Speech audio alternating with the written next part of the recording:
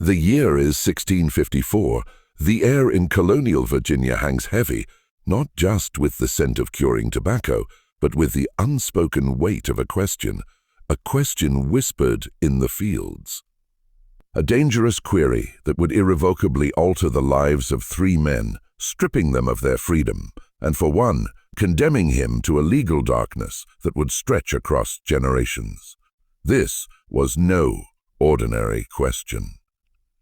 It was a challenge to the very fabric of an society, a direct confrontation with a truth too inconvenient, too scandalous to be acknowledged. Why does the master's youngest son have my brother's eyes, his mouth, his hands? The man who dared to voice this impossible question was an African servant named John Punch.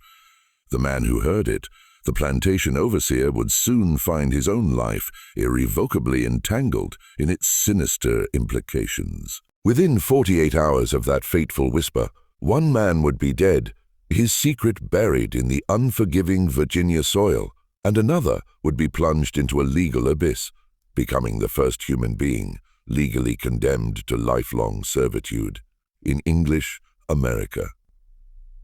What the colonial court buried in 1640 wasn't merely a body. It was the chilling blueprint for an institution that would consume millions, a silent decree that would define a nation for centuries to come. Before we delve deeper into the harrowing story of John Punch and the question that in its profound simplicity changed American history forever, I need you to do something. If you're listening from Virginia, Maryland, or anywhere across the United States, take a moment to leave a comment below telling us which state you're from. This isn't just a tale. It's a foundational piece of forgotten American history, a shadow from our collective past that deserves to be brought into the light. Subscribe to Circle of Fear, one, because what you're about to hear has been meticulously pieced together from colonial court records, hidden away for almost 400 years. A truth you won't find in any conventional textbook. Now allow me to transport you back to a world that has long since vanished. A world where the color of your skin had not yet been codified as the ultimate determinant of your destiny, but where one man's desperate search for truth would begin to etch that line, stark and unforgiving in blood and in law. Virginia, 1638. The colony was a fragile, ambitious endeavor, barely 30 years removed from the desperate struggles of Jamestown's first settlers. It was a land of stark contrasts, breathtaking natural beauty juxtaposed with the brutal realities of survival. A patchwork of struggling tobacco plantations clung precariously to the fertile banks of the James River and the Chesapeake Bay. Each a small, isolated outpost of English ambition in a vast, untamed wilderness. Jamestown, the fledgling capital, was less a city and more a collection of rough, honey-edged wooden structures, dirt roads that turned to mud with every rain, and a constant hum of activity driven by the insatiable demand for tobacco in Europe. Watered. Here, English settlers, African servants, and European indentured laborers toiled side by side, their sweat mingling in the rich soil under a legal system that, for all its named complexities, made surprisingly little distinction between them based on their origins. Servitude, for most, was understood as a temporary condition. Contracts were signed, terms were served, and freedom, often accompanied by a small parcel of land and some tools, was granted regardless of where one had come from, be it the crowded streets of London or the distant shores of West Africa. The air in Virginia during the long, humid summer months was a palpable presence, thick and oppressive, clinging to skin and clothing like a suffocating shroud. The mosquitoes born from the vast marshes and stagnant waters rose in relentless clouds at dusk. Their high-pitched whine, a constant maddening soundtrack to the lives of those who worked the fields.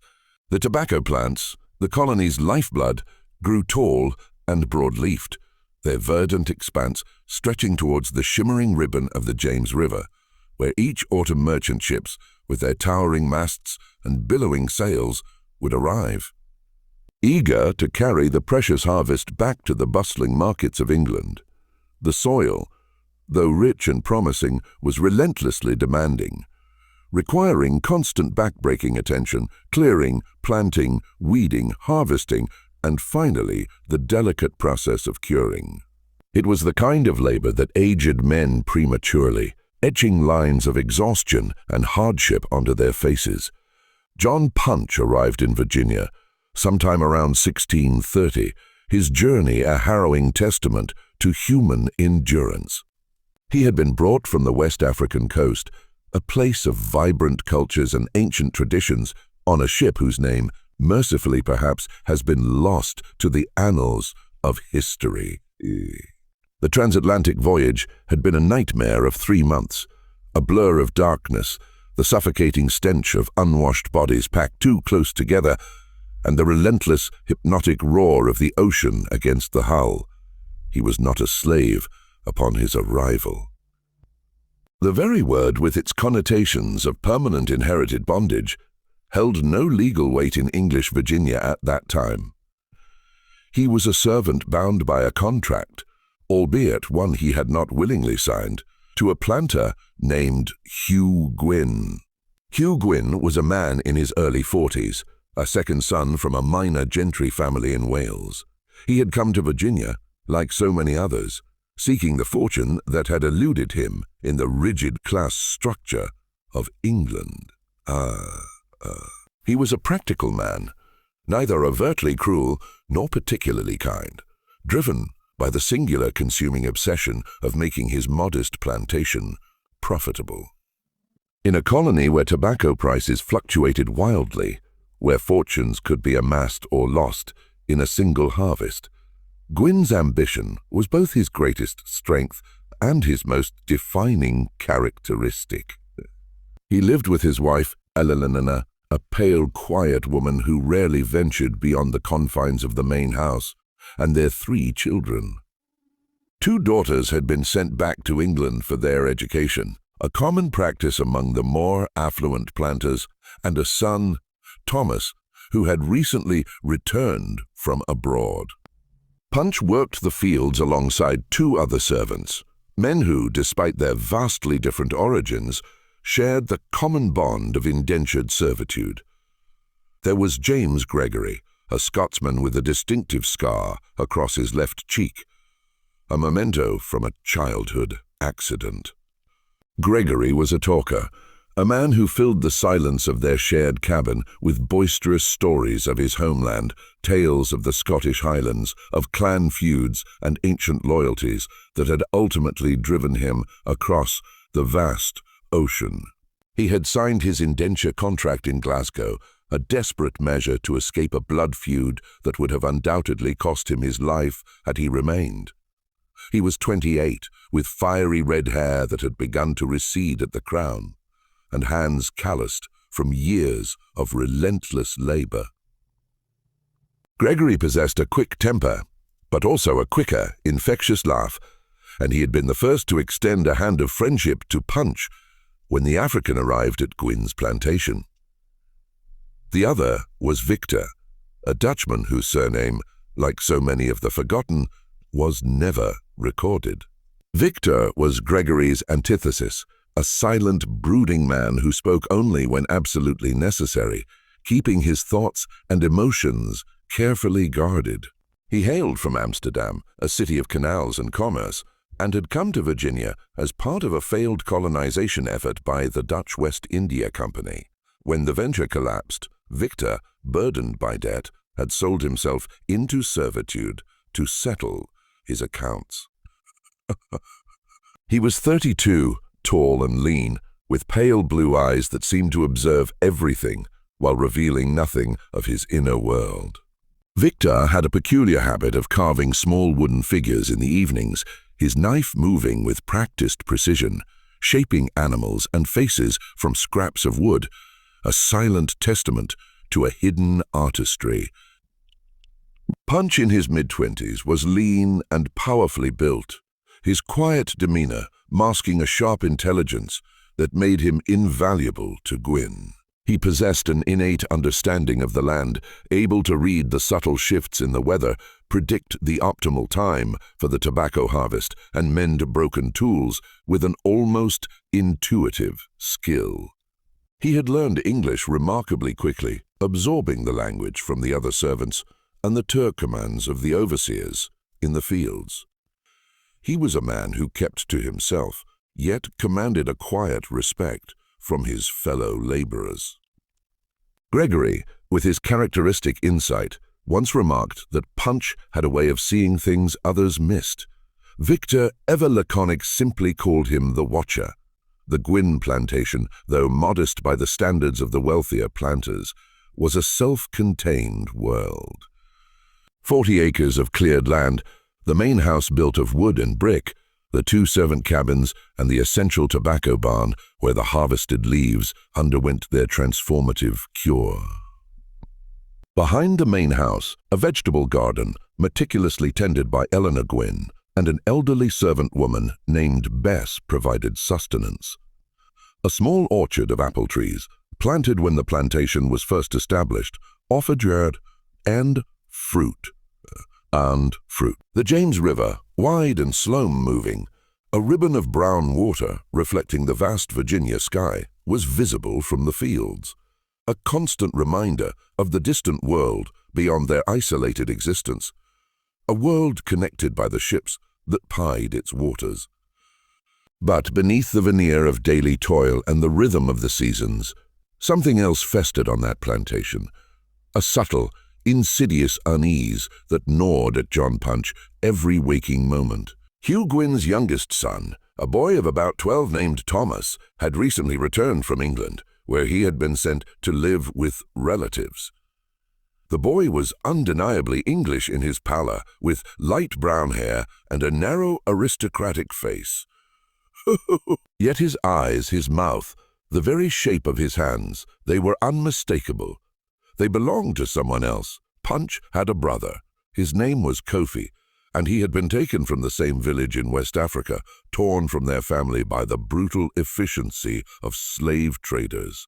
They were traders. They had been separated on the coast, sold to different ships, and brought to Virginia 2 years before Punch. After his own arrival, Punch had spent agonizing months searching for news of Kofi, asking every African servant he encountered if they had seen a man with his brother's distinctive face, his resonant voice, his particular way of moving. He found him in the spring of 1636. Kofi had been working on a neighboring plantation owned by a man named William Evans.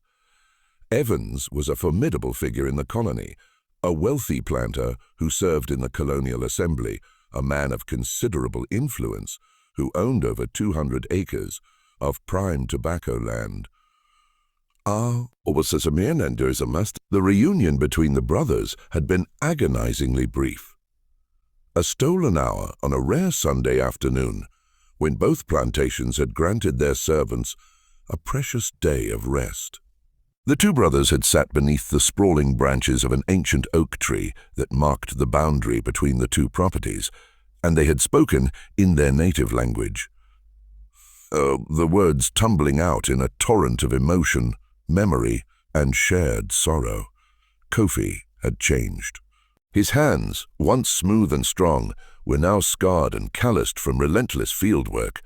His face was gaunt, etched with a weariness that went beyond physical exhaustion, and his eyes, those deep, dark pools that Punch knew so well, held a profound sorrow that defied words. He spoke to Punch of the Evans plantation, of the endless labor, of the ever-present overseer, of the grand main house where William Evans lived with his wife, Margaret. Margaret, Kofi mentioned, was a woman of striking beauty, but also, it was whispered, a woman of profound loneliness.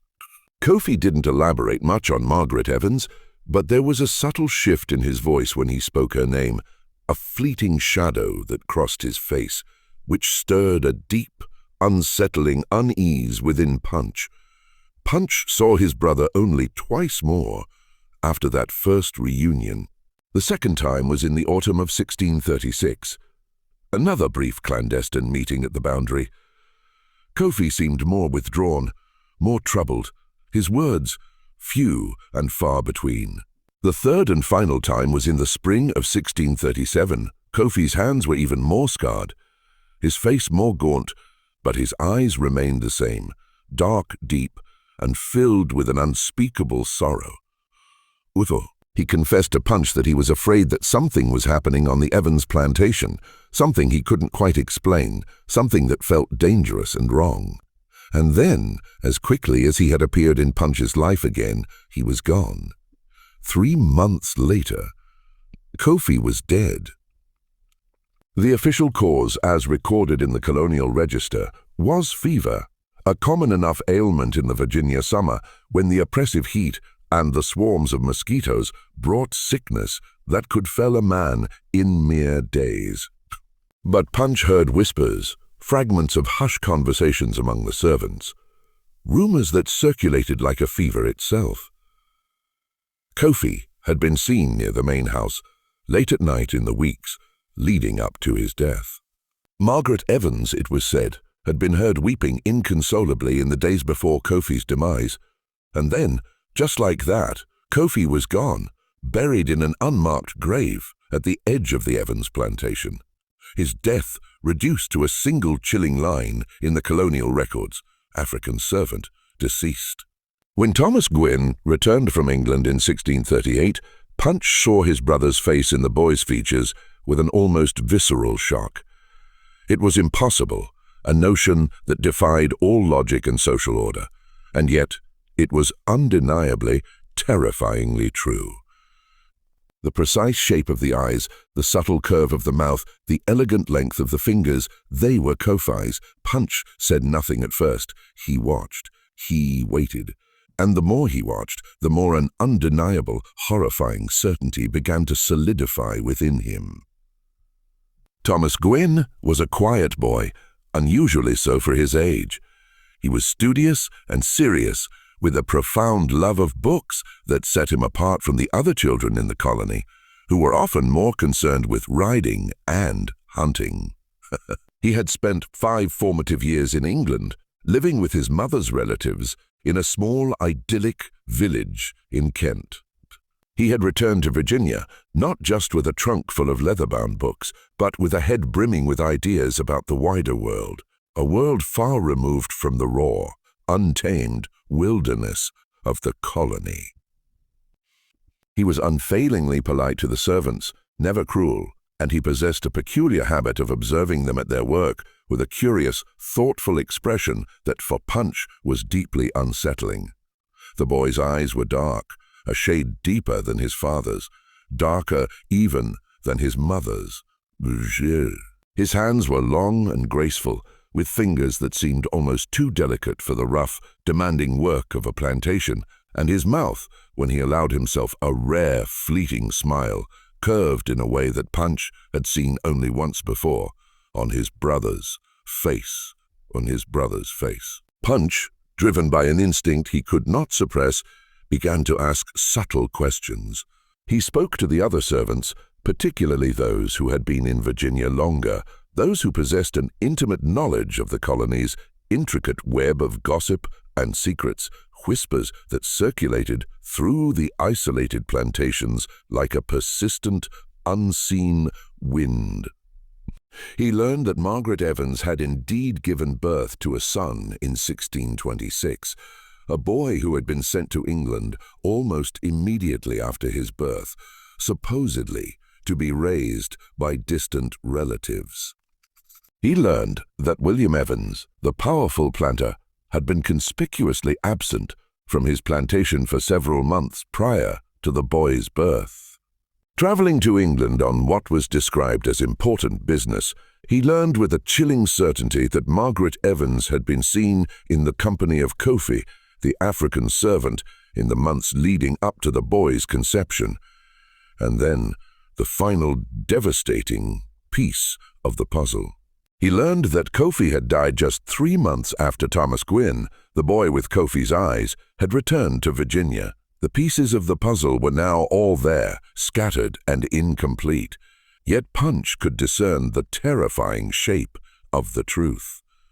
And the truth in its raw, unvarnished form was impossible, dangerous, and utterly unthinkable in the rigid net social order of colonial Virginia.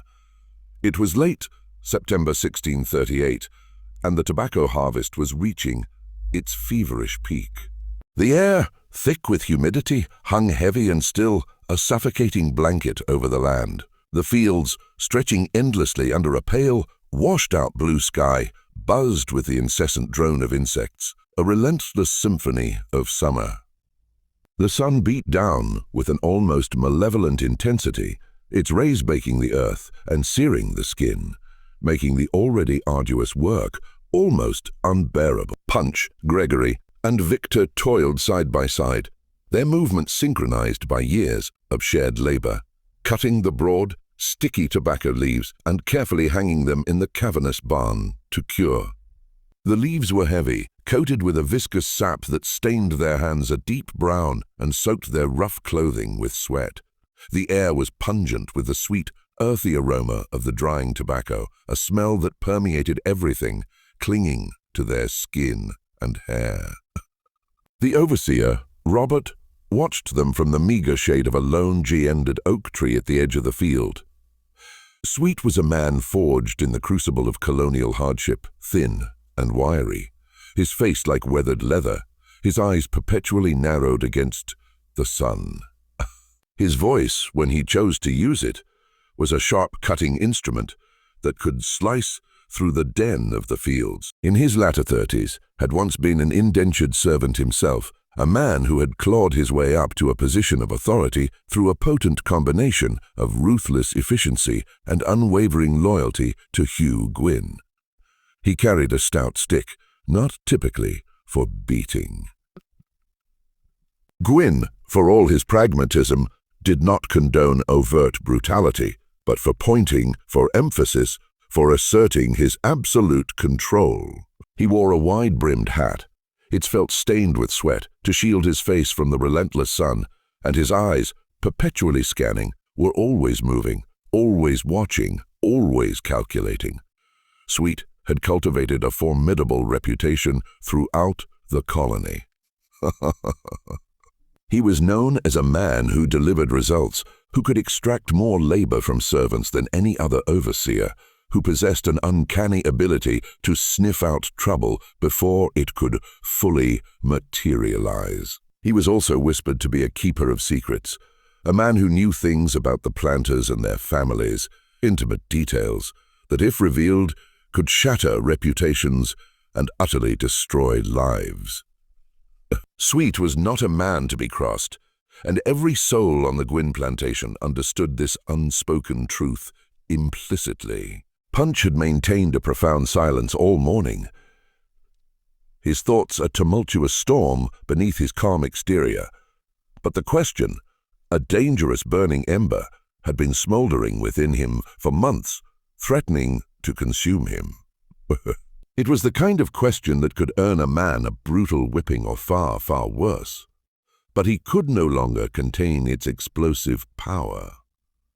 The sight of Thomas Gwynn earlier that morning strolling through the fields, his dark eyes observing the servants at their toil, his long, delicate fingers idly turning the pages of a book, had been the final, unbearable catalyst. Punch had seen his brother Kofi in every subtle line of the boy's face, in every unconscious gesture, and the crushing weight of the secret, the impossible truth, had become an unbearable burden. As Sweet, his shadow, long and distorted in the late afternoon sun, walked past him, Punch straightened his aching back, wiped the sweat from his brow with the back of his hand, and spoke. His voice, though low, was steady, imbued with a quiet, desperate resolve. "Sweet," he said, the words cutting through the drone of the insects, "I need to ask you something."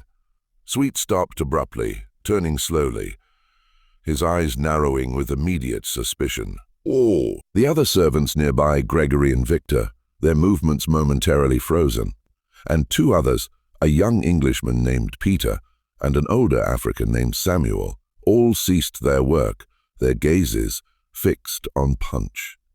The air seemed to grow impossibly heavier. The buzzing of the insect suddenly amplified, a deafening roar in the sudden silence. "What is it, Punch?" Sweet's voice was flat, devoid of any discernible emotion. A dangerous calm. Punch hesitated for a fraction of a second. Then, with a surge of courage born of desperation, he uttered the words that would shatter his world.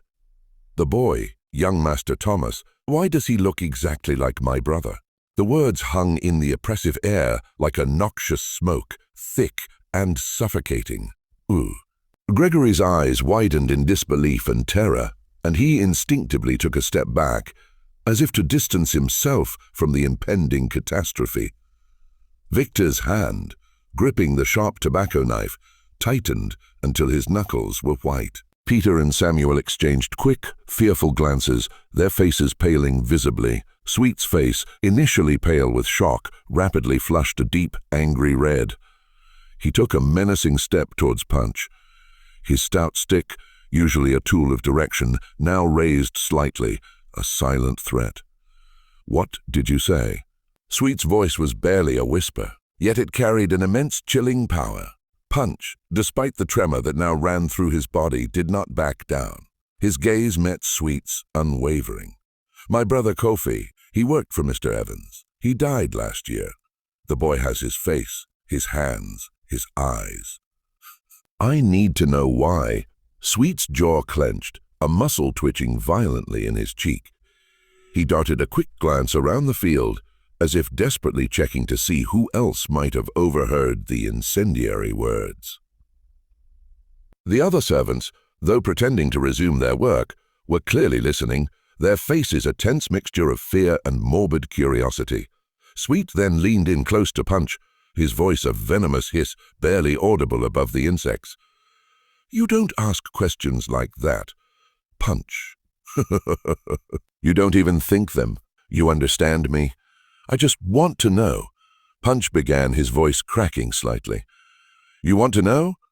Sweet's voice suddenly rose, shattering the fragile calm, and the other servants flinched, recoiling from the sudden outburst. "You want to know why a white boy looks like your dead brother? You think that's a question you get to ask?" His eyes, usually cold and calculating, now blazed with a dangerous fury. Punch remained silent, his gaze fixed on Sweet, a silent challenge in his eyes. Sweet's hand, gripping the stick, was visibly shaking. He spun on his heel and strode purposefully towards the main house, his gait quick and angry, leaving a palpable tension in his wake. Gregory, his face etched with fear, immediately grabbed Punch's arm, his grip surprisingly strong. "What have you done?" Gregory whispered, his voice urgent, laced with desperation. "You've just signed your own death warrant, man." Punch, his arm, still trembling, pulled free from Gregory's grasp. "I had to know," he murmured, his voice hollow. Victor, ever the pragmatist, shook his head slowly, his pale blue eyes filled with a grim understanding. "Knowing will kill you, Punch." Peter, the young Englishman, his face ashen, spoke up, his voice barely above a whisper. "He's right, Punch." "Sweet's going to tell Gwyn, and Gwyn's going to." He stopped abruptly, unable to articulate the terrifying possibilities that hung in the air. Samuel, the older African, his face a mask of weary resignation, placed a comforting yet heavy hand on Punch's shoulder. "You should run," he said quietly, his voice raspy with age and experience. "Tonight before they come for you." But Punch, consumed by a strange mixture of defiance and despair, did not run. He returned to his work mechanically, cutting the tobacco leaves and hanging them in the barn. His mind a whirlwind of racing thoughts. He had asked the question, and now there was no turning back, no way to unask it. Whatever terrifying consequences awaited him, he had spoken his truth, however dangerous, and the truth he knew would demand its price. What? Punch, in his desperate search for answers, couldn't possibly have known, what he couldn't have even conceived, was that his single audacious question had just ignited a chain of events, a slow burning fuse that would ultimately rewrite the very laws of an entire continent. Because Robert, the overseer, did not in fact go directly to Hugh Gwyn that afternoon. He went to someone else, someone far more powerful, far more dangerous. That night, under the cold, indifferent gaze of a near full moon, Robert rode with a desperate urgency to the plantation of William Evans, the man who had once owned Kofi. The journey, a grueling 2 hours along the rough, unpaved dirt road that tenuously connected the isolated plantations along the winding James River, was a blur of pounding hooves and racing thoughts. The moonlight, stark and unforgiving, cast long, distorted shadows over the dense forests and sprawling fields, transforming the familiar landscape into something eerie and alien. The air, cooler now, was filled with the rhythmic chirping of crickets and the distant, mournful howl of a wolf. Sounds that only amplified Sweet's gnawing anxiety. He spurred his horse onward, its hooves pounding a frantic rhythm against the packed earth, his mind a tumultuous storm of implications of the catastrophic potential unleashed by Punch's audacious question. William Evans was not merely a planter. He was a titan of the colony, a man of immense wealth and formidable influence, a prominent member of the Colonial Assembly. His connections stretched far and wide, reaching into the highest echelons of Virginia society. His plantation was one of the largest and most prosperous in the entire colony, boasting over 200 acres of meticulously cultivated tobacco fields, a grand, imposing main house constructed of brick and timber, and a small army of dozens of servants and laborers. Evans, in his mid-50s, was a tall, imposing figure, his graying hair meticulously combed, his face seemingly carved from granite, betraying little emotion.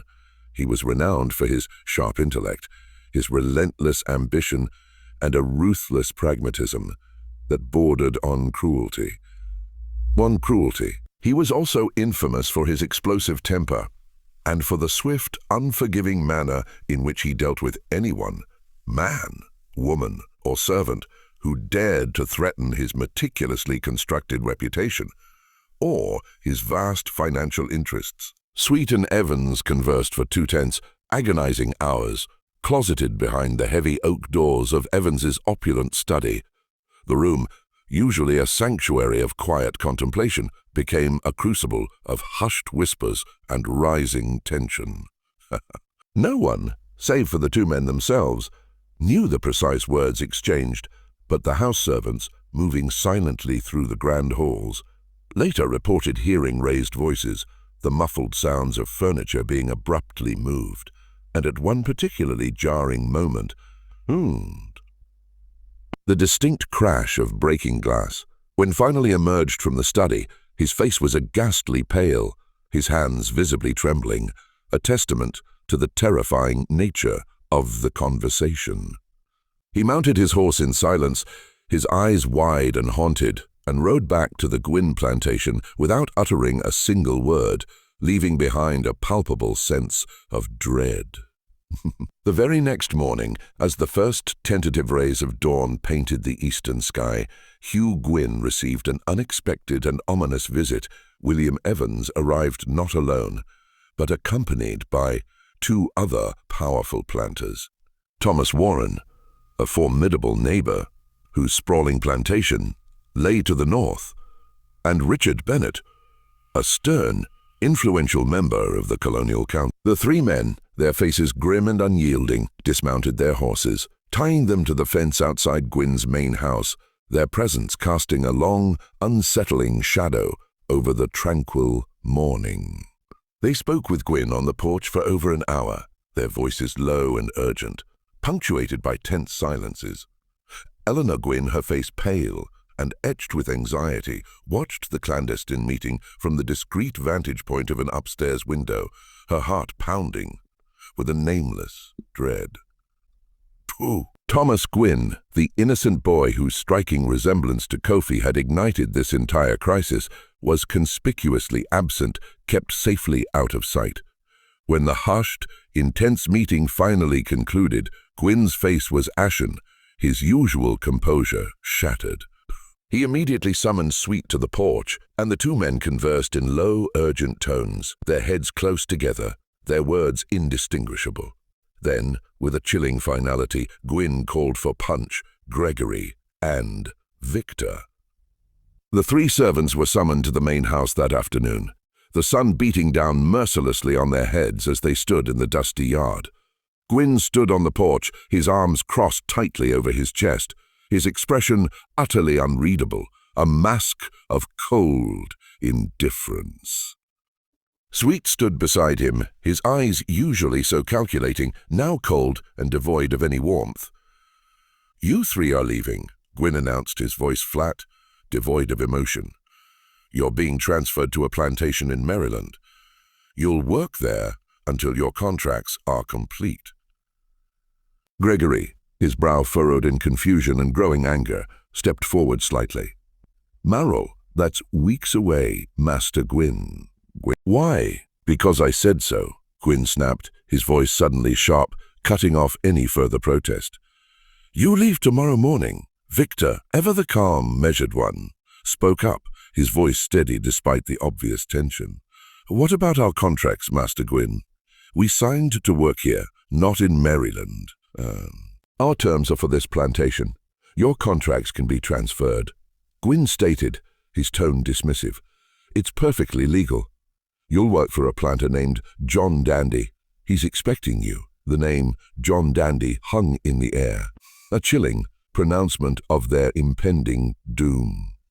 Punch felt a cold, creeping dread spread through him, a chill that went deeper than the oppressive heat of the afternoon. This was no mere transfer. This was exile, a calculated, deliberate banishment, and he knew with a sickening certainty that it was all because of his question, his dangerous, truth-seeking question. That night, the three men huddled together in their cramped, dimly lit cabin, the single flickering candle casting dancing, distorted shadows on the rough, honeyed walls. Gregory paced back and forth like a caged animal, his face flushed with a mixture of anger and desperate fear. Victor sat on his bunk, his knife moving with practiced, almost meditative precision as he carved a piece of wood, his expression thoughtful, his pale blue eyes distant. Punch sat on the dirt floor, his back pressed against the cold, unforgiving wall, his mind a frantic whirlwind of racing thoughts, desperately searching for a way out. "We can't go to Maryland," Gregory declared, his voice with desperation. "We'll never come back. They're sending us away to shut us up, to bury whatever Punch knows. They're sending Punch away," Victor corrected, his voice low and grim.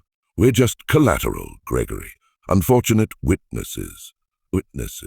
Gregory stopped his frantic pacing and turned to Punch, his eyes wide with a desperate plea for understanding. "What did you see, Punch? What made you ask that question? What is so terrible that they would send us all away?" Punch, his voice barely a whisper, recounted the impossible truth.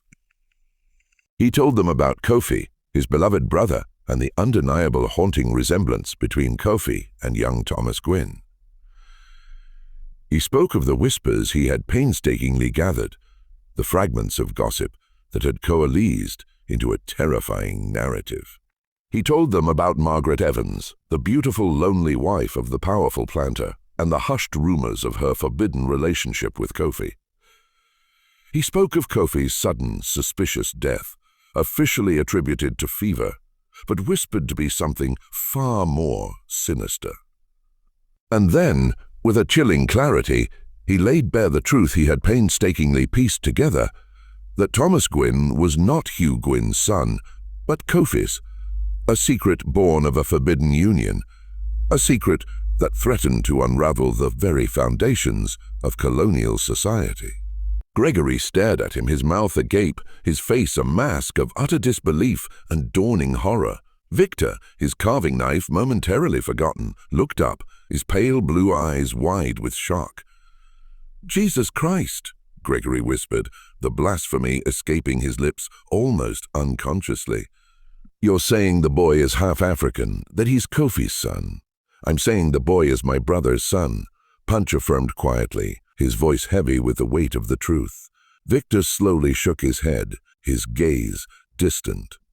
"If that's true, Punch, and if anyone ever finds out, it will destroy the Gwynn family and the Evans family and probably half the powerful planters in Virginia. It would be a scandal that would shake the colony to its very core." "That's why they're sending us away," Gregory concluded, his voice filled with a grim certainty. "They're going to bury this secret, and they're going to bury us with it far away in Maryland where no one will ever hear us." Punch looked at the two men, his eyes filled with a desperate resolve. "We have to run," he stated, his voice firm. "Tonight before they can take us," Gregory, after a moment of stunned silence, nodded decisively. "Tonight, Victor." After a long, thoughtful pause, his gaze fixed on the flickering candle flame, finally nodded as well. "Tonight," he echoed his voice, a low, determined rumble. They vanished into the pre-dawn darkness, taking nothing but the worn clothes on their backs and a small, meager sack of cornmeal, their only provisions against the vast, unforgiving wilderness. They headed north, their desperate hope fixed on the distant, elusive promise of Maryland, a land they believed might offer them a chance at freedom, a chance to disappear into the burgeoning population of free laborers. Their plan was simple, born of desperation: reach Maryland, find work, and melt away into anonymity. But they were not alone in the vast, silent wilderness. Robert, the ever-vigilant overseer, had anticipated their desperate flight. He had sent word ahead, his warnings carried by swift riders, and by the time Punch, Gregory, and Victor, exhausted and terrified, reached the ill-defined border that separated Virginia from Maryland, a formidable group of armed planters, their faces grim and determined, was waiting for them. The capture was swift, brutal, and utterly devoid of mercy. The three desperate men, their bodies aching from days of relentless travel through the unforgiving wilderness, were suddenly surrounded. 6 armed planters, mounted on powerful horses, emerged from the dense undergrowth, their muskets glinting ominously in the pale morning light, their faces hard and unyielding.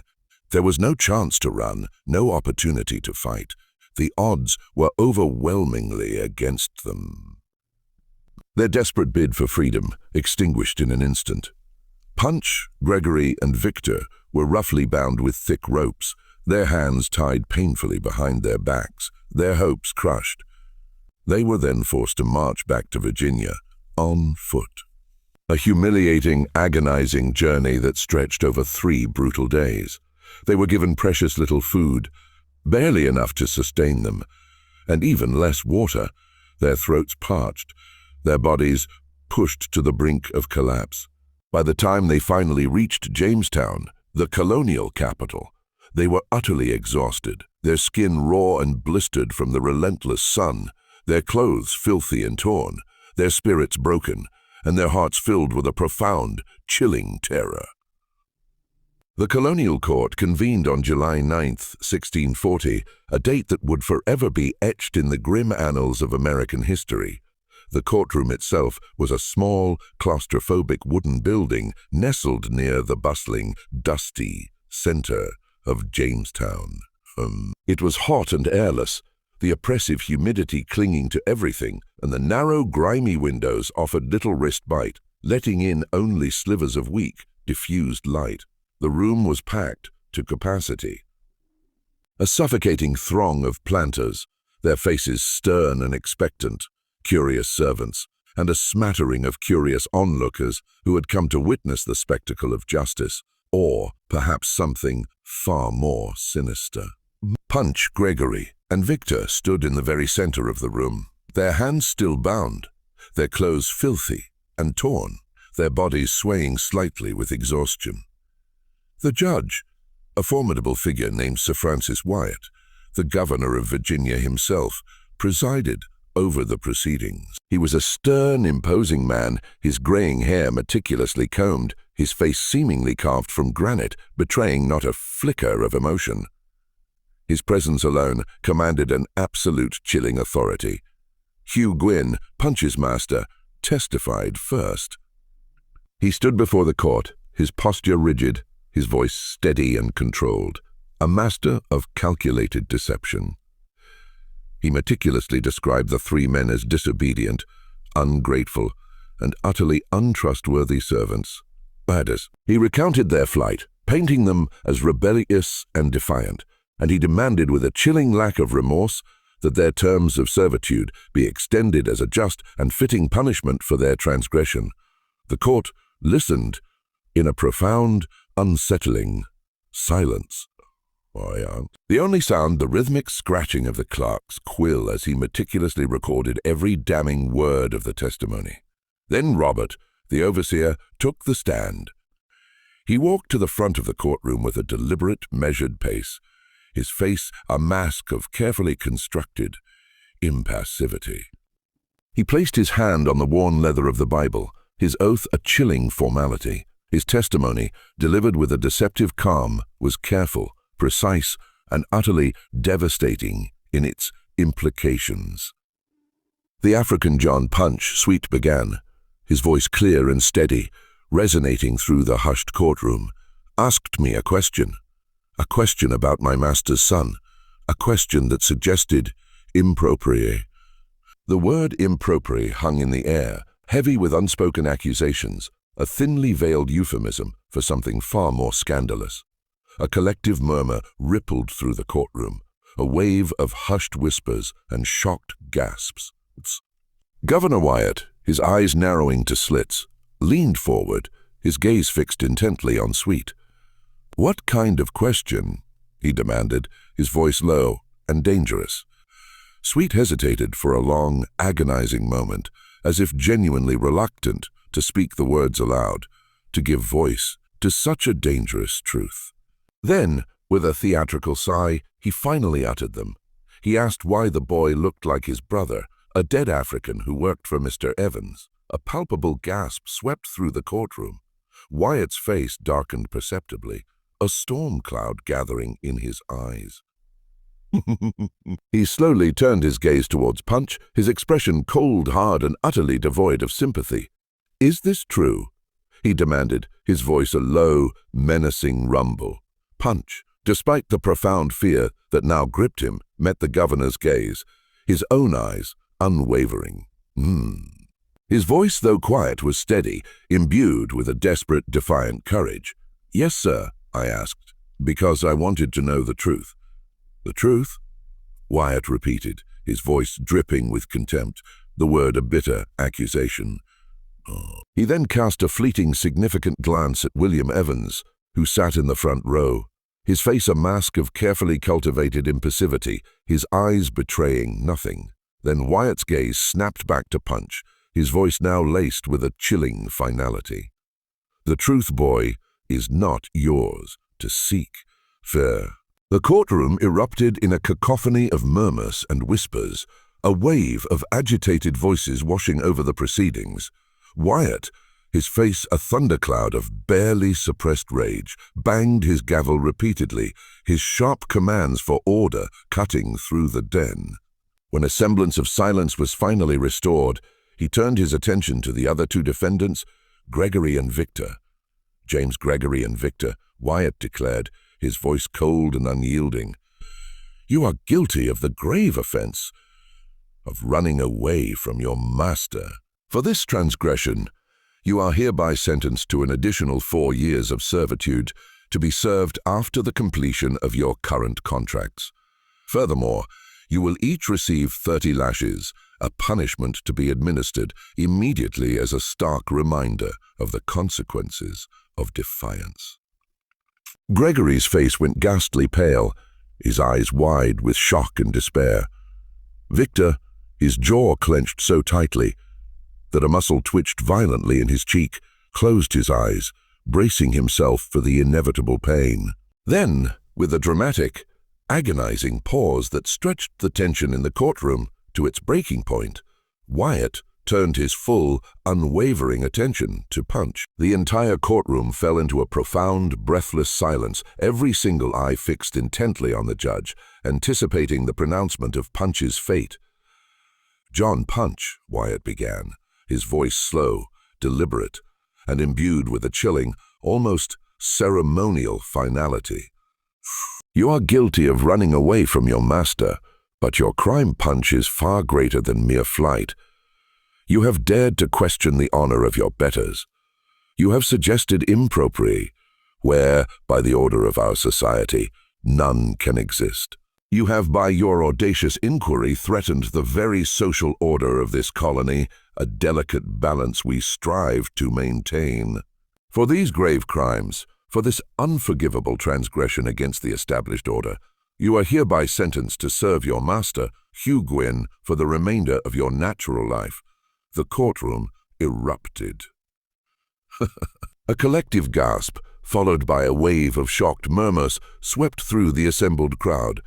Punch stared at Wyatt, his mind reeling, utterly unable to comprehend the horrifying words he had just heard. Life servitude, not 4 years like Gregory and Victor, not 10 years or 20, but life. His entire existence from this moment forward irrevocably bound without hope of freedom. Gregory and Victor were roughly led away, their faces pale with shock and despair, their fate sealed. Punch remained standing in the center of the courtroom, his hands still bound, his mind a chaotic maelstrom of disbelief and crushing despair. He had asked a question, a simple, desperate question, and the answer, delivered with such cold, legalistic precision, had cost him everything. His freedom, his future, his very humanity, all stripped away in a single chilling pronouncement. But the story, in its grim unfolding, did not end there. For what transpired in that stifling Jamestown courtroom, the chilling sentence handed down to John Punch was not merely a punishment for a perceived transgression. It was a precedent, a legal cornerstone laid in the blood and despair of one man that would forever alter the course of a nation. And the question he dared to ask, the question that had, in its profound simplicity, hanged the overseer's conscience and buried a scandalous truth, would echo through the centuries. A silent, haunting testament to the insidious power of injustice. Punch was returned to Hugh Gwyn's plantation, but he was no longer the same man. The brutal whipping he received, 30 lashes administered with a cruel efficiency, the same number as Gregory and Victor, left raw, angry welts on his back, scars that would never fully heal. A constant searing reminder of his punishment. But the deeper scars were invisible, etched not on his flesh, but into the very fabric of his mind and soul. They were carved by the crushing weight of the knowledge that he would never again know freedom. That his life from this moment forward was irrevocably bound to the will of another. The hope that had sustained him through the horrors of the Middle Passage, through the relentless toil of the tobacco fields, had been extinguished, replaced by a profound, chilling despair. The other servants, once his companions in shared hardship, now avoided him, their gazes averted, their whispers hushed. They feared him, not for any malice he possessed, but for the terrifying precedent his fate represented. They saw in Punch's perpetual bondage a chilling glimpse of their own potential future, a future where the color of one's skin, rather than the terms of a contract, could determine one's destiny. Gregory and Victor, after enduring their own brutal whippings, were summarily sent to work on a different, more remote part of the plantation, a deliberate act of separation, and Punch rarely saw them again. Their camaraderie a distant, painful memory. Hugh Gwyn, his master, treated him with a cold, calculated indifference, speaking to him only to issue commands, his eyes carefully avoiding Punch's, as if to deny the very humanity of the man he now owned for life. And Robert, The overseer watched him with an almost predatory intensity, his gaze constant, ever vigilant, as if perpetually expecting Punch to attempt another desperate flight, as if waiting for any pretext, any slight misstep to inflict further punishment. But Punch, in his profound despair, did not run. He worked, he obeyed, and he watched. He watched the seasons turn, the tobacco plants grow and wither, the river flow endlessly towards the sea, and he watched Thomas Gwynn. Thomas Gwynn grew older, transforming from a quiet boy into a young man. By 1645, he was 19, tall and strong, his frame filling out, his movements acquiring a confident grace. He possessed his mother's pale, refined skin and his father's ambitious, determined jawline. He had completed his education in England, returning to Virginia with the polished accent and sophisticated manners of the English gentry. He was being meticulously groomed to inherit his father's burgeoning plantation, to become a planter in his own right, to marry well into a prominent colonial family, and to produce heirs who would proudly carry on the Gwynn name, securing the family's legacy in the new world. But his eyes, those dark, deep pools that held a peculiar intensity, his hands long and elegant, his very way of moving, a subtle fluidity in his gait, they were still undeniably Kofi's. Punch saw it every single day. In every fleeting glance, in every unconscious gesture, and every day the burning question, the impossible truth gnawed at him, a relentless internal fire. Why? Why did this young man, this scion of a prominent English family, carry the unmistakable features of his deceased African brother? And why, in the cruel calculus of colonial justice, had that question cost Punch his freedom, his very life? The answer, in its horrifying entirety, came to Punch in fragments, pieced together over years of silent observation and hushed whispers. It came from the older servants, those who had been at the Evans plantation, those who remembered the past with a clarity born of fear and resentment. It came from snippets of overheard conversations between planters, their voices lowered, their words carefully chosen, yet revealing enough for Punch's keen, watchful mind to connect the dots. The truth, like a grotesque mosaic, slowly, painfully began to form, each piece a chilling revelation. Margaret Evans, the beautiful, lonely wife of the powerful William Evans, had indeed been profoundly isolated.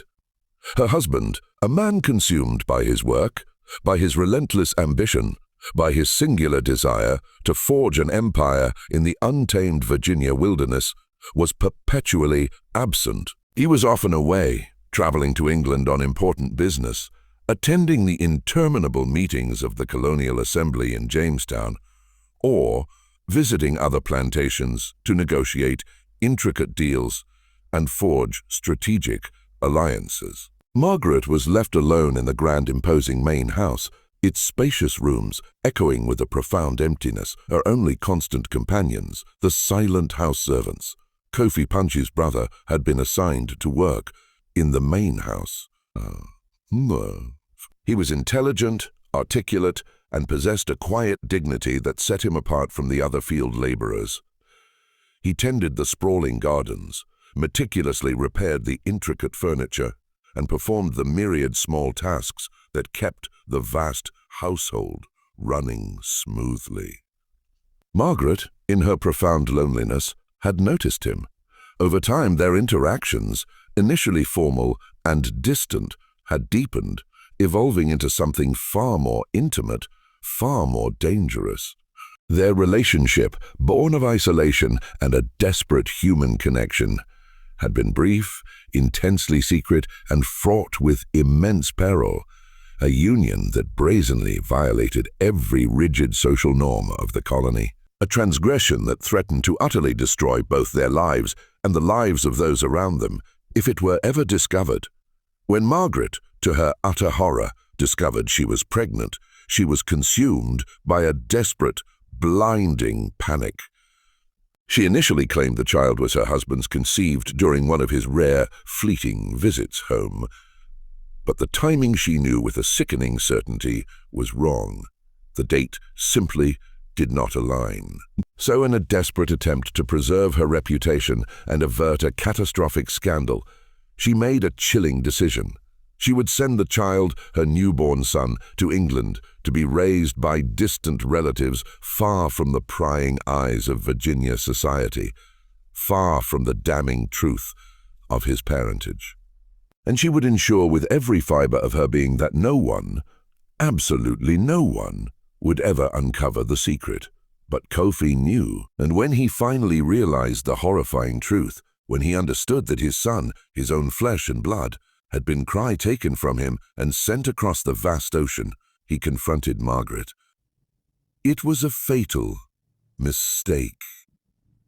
Margaret, consumed by a primal terror that her meticulously guarded secret would be irrevocably revealed, that her world would shatter, confessed everything to her husband, William Evans. And William Evans, a man of immense power, of unyielding pride, and of ruthless pragmatism, ensured that Kofi would never speak of it again. Kofi's death, officially attributed to a common fever, was no natural occurrence. It was murder meticulously disguised as illness. His body hastily buried in an unmarked grave at the edge of the Evans plantation. The house servants, those who had been forced to prepare his body for burial, whispered in hushed, terrified tones about the faint, telltale bruises on his neck, about the way his eyes, wide and staring, seemed to be frozen in an expression of unspeakable terror. But no one, absolutely no one, dared to speak openly of what they had seen. No one dared to question the official narrative. The fear of William Evans and the unspoken threat of similar fates silenced them all. And when John Punch, driven by an unyielding need for truth, dared to ask his question, when he threatened to unravel the meticulously constructed lie, the powerful planters, Gwyn, Evans, Sweet, and their influential allies acted swiftly and decisively. They ensured that Punch would never again be free to speak to reveal the devastating truth. They manipulated the neat legal system, twisting its NENT principles to silence him. And in doing so, they inadvertently, chillingly, created a new, far more insidious form of bondage. A bondage not of contract, but of race. Just when we thought we'd plumbed the depths of this colonial horror, the world they have made. Samuel looked up at him, his face pale in the fading light, his youthful eyes filled with a desperate, unspoken plea.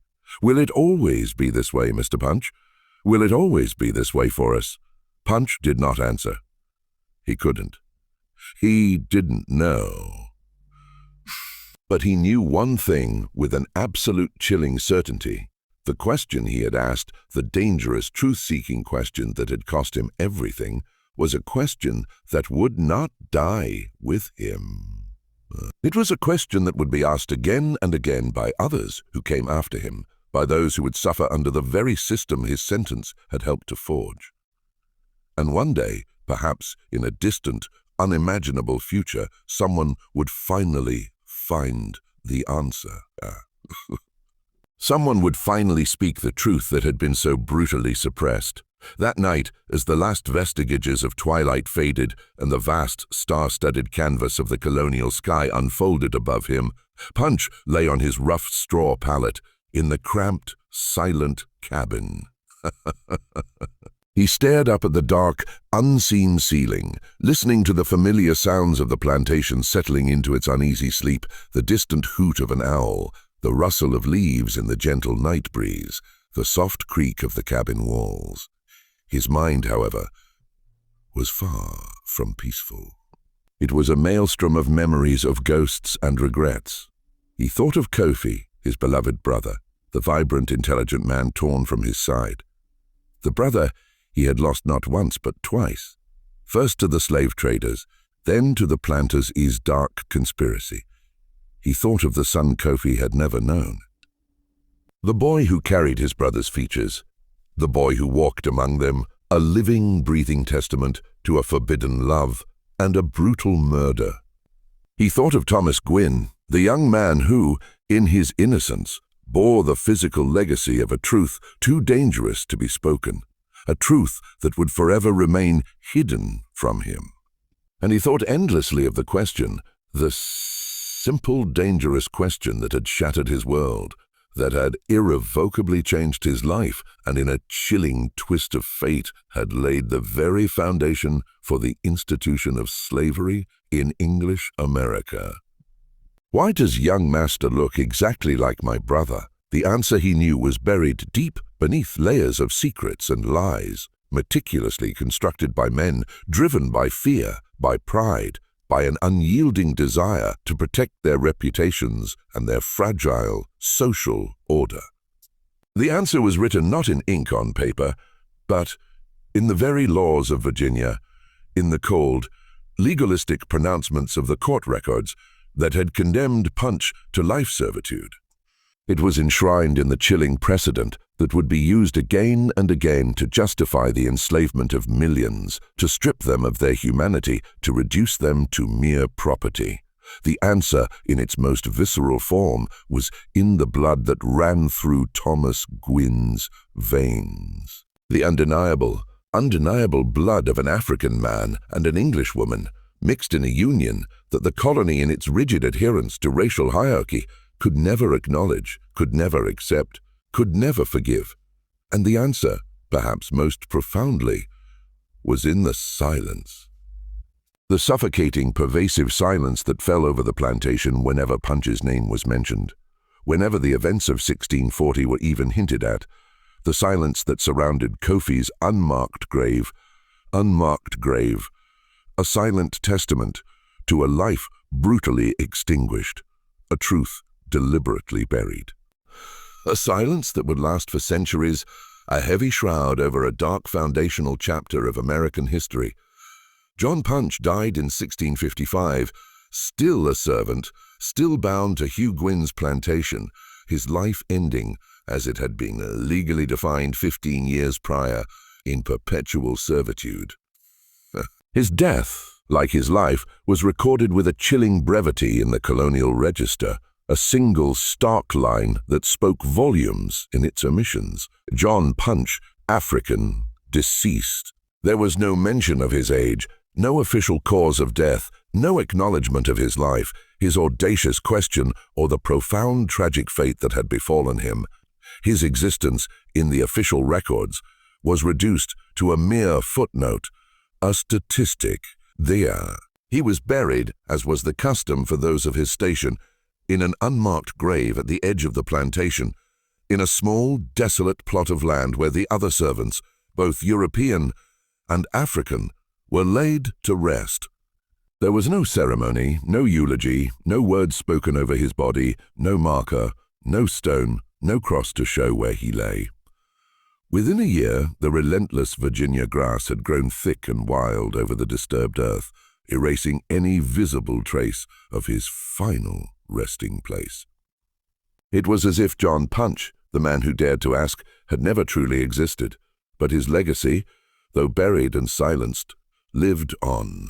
The legal precedent set by his case, the chilling distinction of life servitude for an African, while Europeans, even for the same offense, received only extended contracts, became the insidious foundation for the institution of slavery in English America. Within a single generation, the Virginia Assembly, influenced by the very legal framework established by Punch's sentencing, would begin to pass a series of increasingly restrictive laws. These statutes would systematically codify race-based slavery, making it hereditary, permanent, and inextricably linked to African descent. By 1700, less than 60 years after Punch's trial, slavery had become the undisputed economic engine of the colonial economy, a brutal system of exploitation and oppression that would endure for over 200 years, shaping the very identity and destiny of a Nent nation. The question John Punch asked, the question that cost him his freedom, would be answered with chains, with whips, with the systematic dehumanization of millions, and with centuries of unimaginable suffering. Thomas Gwynne, the young man whose striking resemblance to Kofi had ignited this entire tragic saga, grew up, inherited his father's prosperous plantation, and lived a long, seemingly fulfilling life. He married well, taking as his wife the daughter of another wealthy, influential planter, further solidifying his family's position in colonial society. He had children of his own, heirs who would proudly carry on the Gwynne name, children who would never know the devastating truth about their grandfather, about the African man whose blood, in a cruel twist of fate, ran through their very veins. Thomas became a respected member of the Colonial Assembly, a man of considerable influence and power, a revered pillar of Virginia society. He never knew the truth about his origins, or, if he did, if some faint, unsettling whisper of it ever reached him, he never spoke of it. The secret, like a venomous serpent, died with him, buried as deeply and as irrevocably as John Punch's unmarked grave. Robert, the overseer whose testimony had sealed Punch's fate, disappeared from the colonial records sometime around 1652. His ultimate fate remains shrouded in mystery. Some whispered that he drank himself to an early grave, haunted by the dangerous question Punch had asked, by the chilling knowledge of what he had done, of the role he had played in forging a new kind of bondage. Others speculated that he simply left Virginia, unable to live with the crushing weight of his conscience, unable to face the man he had helped to condemn. His disappearance, like so many other uncomfortable truths of the era, was simply absorbed into the vast, silent landscape of colonial life. Hugh Gwynne, Punch's master, continued to prosper. His plantation grew, his wealth increased exponentially, and he became, by all accounts, one of the most successful and respected planters in Virginia. He never spoke of John Punch, never mentioned the infamous trial, never acknowledged the pivotal, chilling role he had played in creating the legal precedent that would define American slavery. When he died in 1663, he was buried with full honors in the churchyard in Jamestown, his grave marked with an imposing stone that lauded his significant contributions to the burgeoning colony. Eleanor Gwynne, Hugh's wife, lived until 1670. She spent her final years largely confined to the grand main house, rarely venturing outside, her health slowly declining, perhaps under the immense unspoken weight of the secrets she carried. She never spoke of Margaret Evans, never mentioned Kofi, never acknowledged the devastating truth that as a woman living within the confines of that house, she must have known, or at least suspected. When she finally passed, she was buried beside her husband, and the secrets, like the dust of ages, died with her. William Evans, the powerful planter who had owned Kofi, continued to serve in the Colonial Assembly until his death in 1659. He remained a formidable, influential figure, a man who actively shaped the laws and policies of Virginia, a man whose word carried immense weight. He never spoke of Kofi, never mentioned the African servant who had worked in his house, never acknowledged the forbidden relationship between his wife and the man he had murdered. His reputation remained meticulously intact. His legacy as a respected, powerful planter, utterly secure.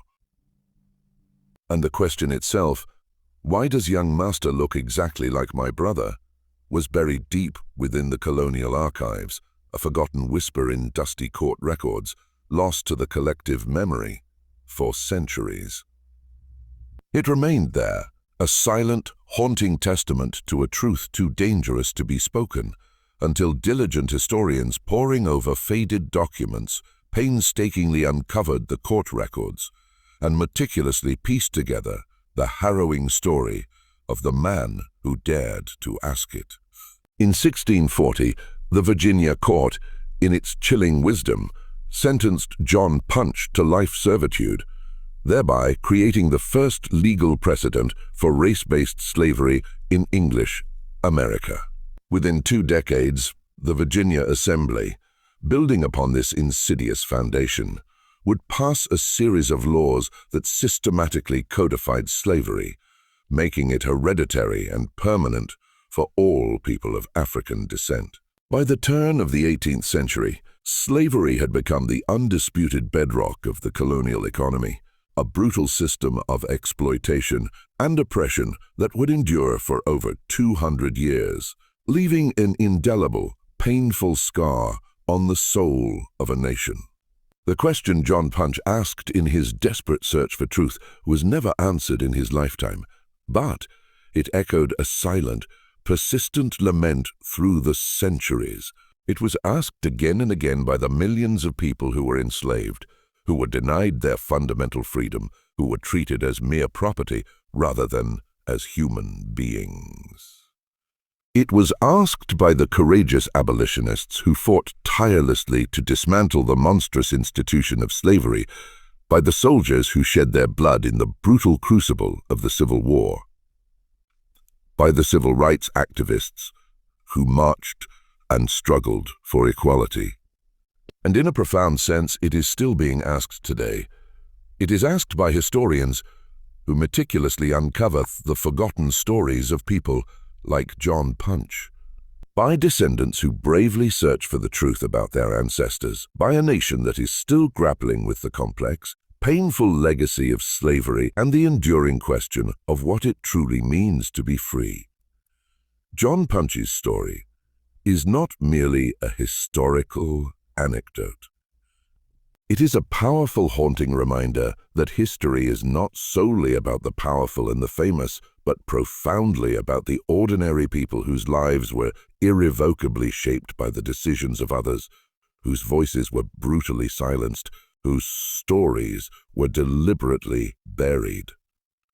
It is a chilling testament to the fact that the past is never truly past, that the questions we ask today are, in essence, the same fundamental questions that were asked centuries ago, and that the relentless search for truth and justice is a journey that for humanity never truly ends.